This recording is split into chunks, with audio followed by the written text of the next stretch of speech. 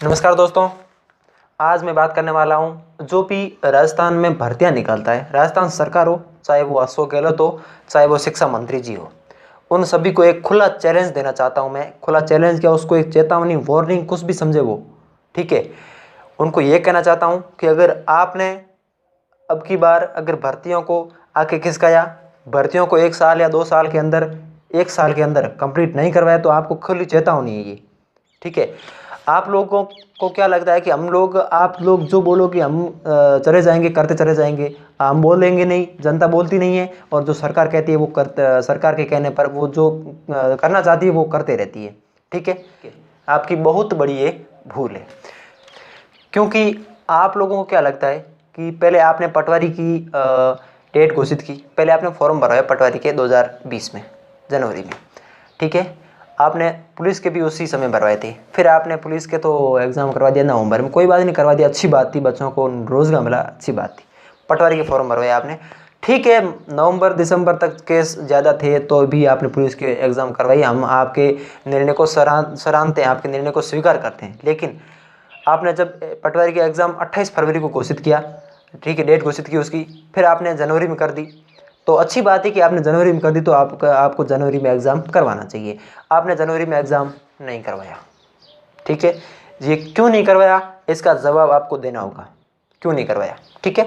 उसके बाद जनवरी गया, फरवरी, मार्च, अप्रैल, मार्च में 8,000 7,000 केस थे, राजस्थान में बिल्कुल 500 तक केस आ गए थे, तब आपने एग्ज़ाम क्यों नहीं करवाया? ये मैं आज आपको खुला चैलेंज देता हूँ कि आपने एग्ज़ाम क्यों नहीं करवाया, ये आप मुझे जवाब दे दीजिए। ठीक है, जनवरी में आपने नहीं करवाया, फरवरी में करवाना चाहिए था, फरवरी में गया, मार्च में आप कहाँ गए थे? अभी अप्रैल आ रहा है, अभी केसेस बढ़ रहे हैं, पहले तो केसेस थे नहीं, तब आप कहाँ गए थे? लेकिन आपको क्या, आप सोचते नहीं हो, आपको अच्छे तरीके से बच्चों का जो है, बच्चों की हालत क्या है वो आपको पता नहीं है अच्छे तरीके से।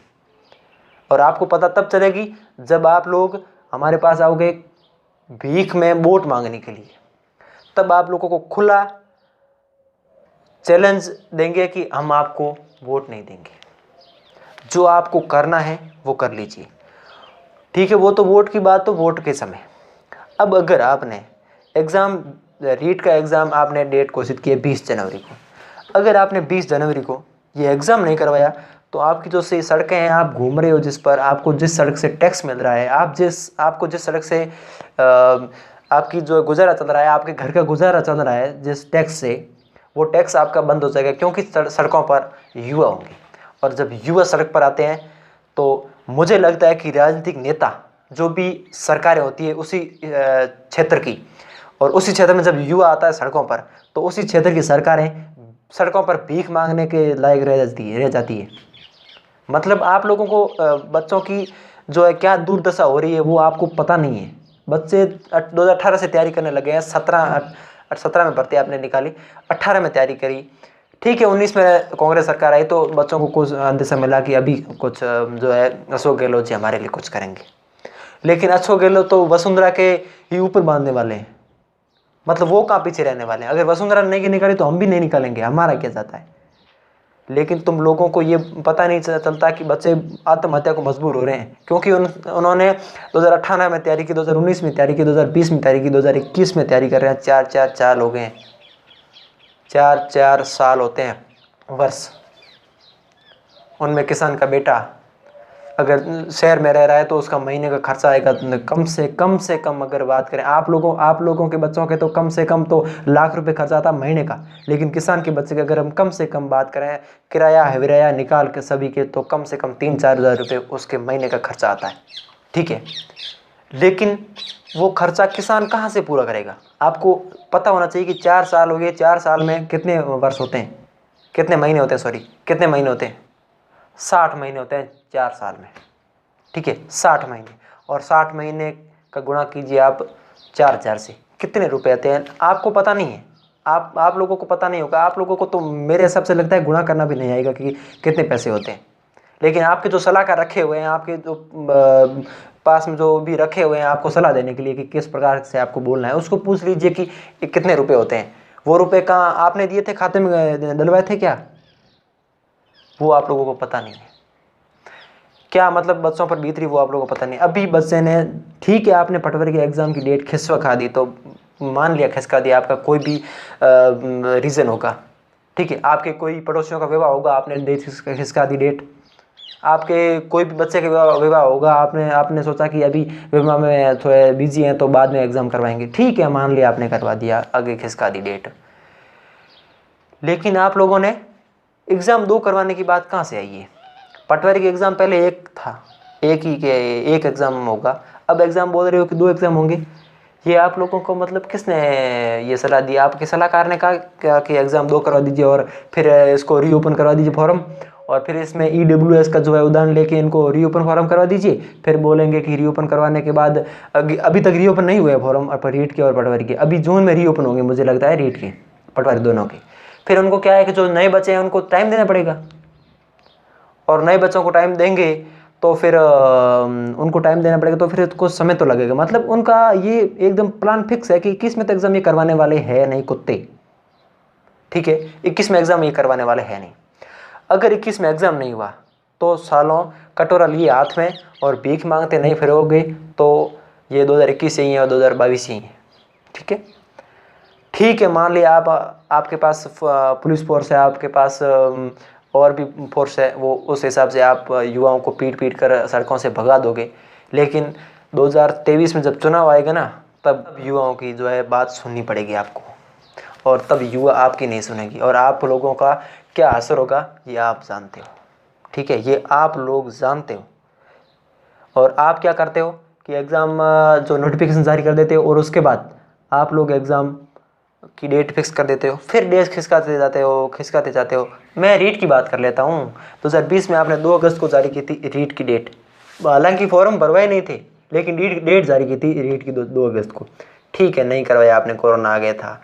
जनवरी में आपने वो जो है नहीं करवाया कि पटवारी की दिया, मैंने सोचा कि पटवारी का एग्ज़ाम हो जाएगा, पटवारी का भी आपने आगे खिसका दिया, ठीक है मान लिया। फिर आपने क्या किया था कि जो 20 जून को, उससे पहले मेरे हिसाब से 25 अप्रैल को आपने जो है उसकी डेट रखी थी, 25 अप्रैल की जो है पटवारी का रीट का एग्ज़ाम करवा दिया जाएगा, ठीक है मान लिया 25 अप्रैल तक कोरोना बढ़ गया, 20 जून को रीट की आपकी हो जाएगी परीक्षा।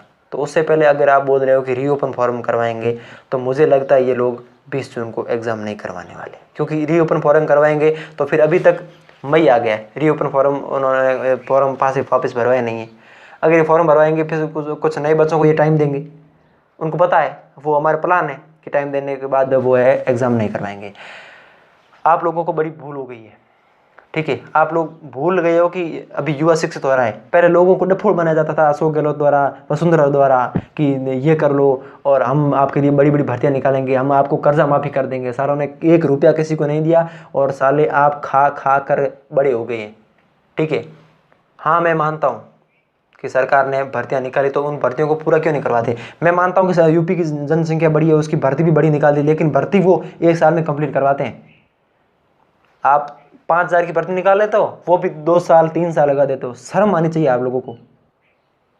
मतलब कितने कितने समय तक, कितने रोज मतलब नींद पूरी नहीं लेते बच्चे, 12 बजे 2 बजे 3 बजे तक रात को जगते रहते हैं और मेहनत करते हैं।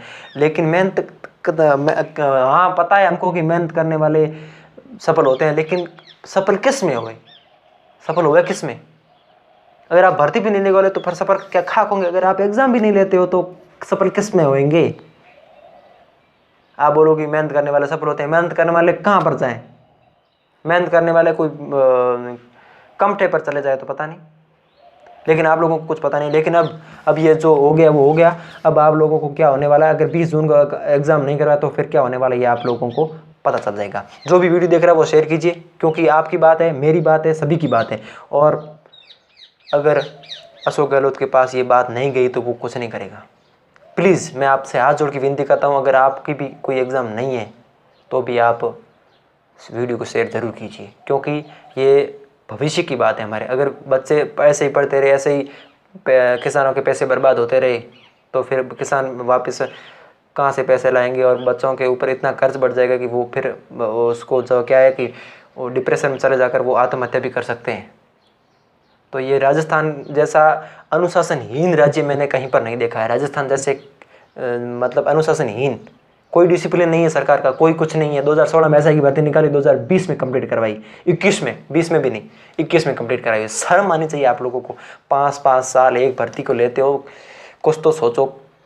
अभी कुछ गलत हो जाएगा फिर आप सोचना मत, ठीक है ना। कुछ सोचो यार, बच्चों के बारे में कुछ सोचो यार। कितने कितने मेहनत से यार वो लोग पैसे कमाते हैं, कितनी मेहनत से कमाते हैं। आप लोगों को क्या, आप लोगों तो मज़े से बैठे हो, आप लोगों को कोई परवाह नहीं, आपके बच्चे मज़े से बैठे रहें ये आप लोगों को पता है। लेकिन किसान का बच्चा, जो तैयारी करने वाला बच्चा, कितनी मेहनत करके, कितने कहाँ से किसान पैसे उधारी लेके उनको देते हैं कि आप तैयारी करो, अब की बार भर्ती आएगी, अब की बार भर्ती आएगी। लेकिन भर्ती तो साले निकालते नहीं है। मतलब आप लोगों को कोई परवाह नहीं है किसी की। अगर कोई भी वीडियो ये देख रहा है तो अशोक गहलोत के पास ज़रूर पहुंचाइए। अगर पहुंच गया तो आप देखना रिजल्ट क्या होगा। धन्यवाद।